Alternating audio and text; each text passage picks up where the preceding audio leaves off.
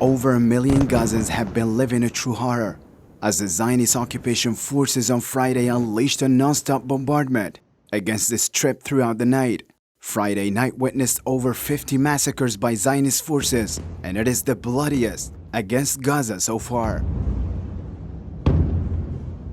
Being short of food, water, and medicines, Gazans' plight got worse from Friday after the Zionist forces blocked all means of communications of the Strip with the outside world, which according to the Human Rights Watch would help the Zionist forces to cover mass genocide committed against civilians. Since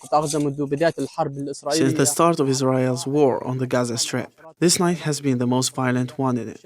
The Gaza Strip was attacked by Israeli warplanes, including the north and northeast, firing dozens of missiles, leaving dozens of martyrs and wounded.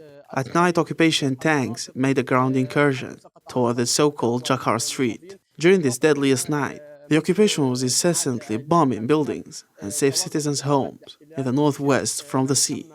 The occupation forces keep on relentlessly dropping bombs on different parts of Gaza up until now, through targeting civilian infrastructures including hospitals, which contain hundreds of refugees sheltering inside.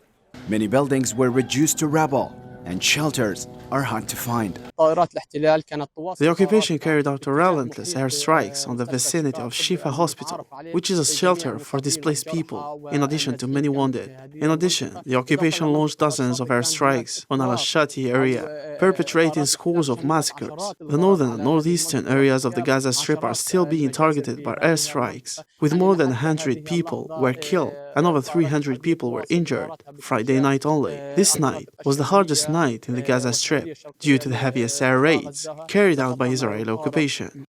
The Zionists waged war against Gaza looms to be a long one, as Hamas resistance stand resilient and fight back through targeting different occupied territories with dozens of rockets in retaliation of Zionist intense shelling against civilians.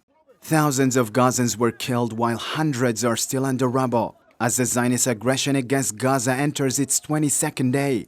Nowhere is safe for Palestinians, with Zionist bombs smashing every life sign.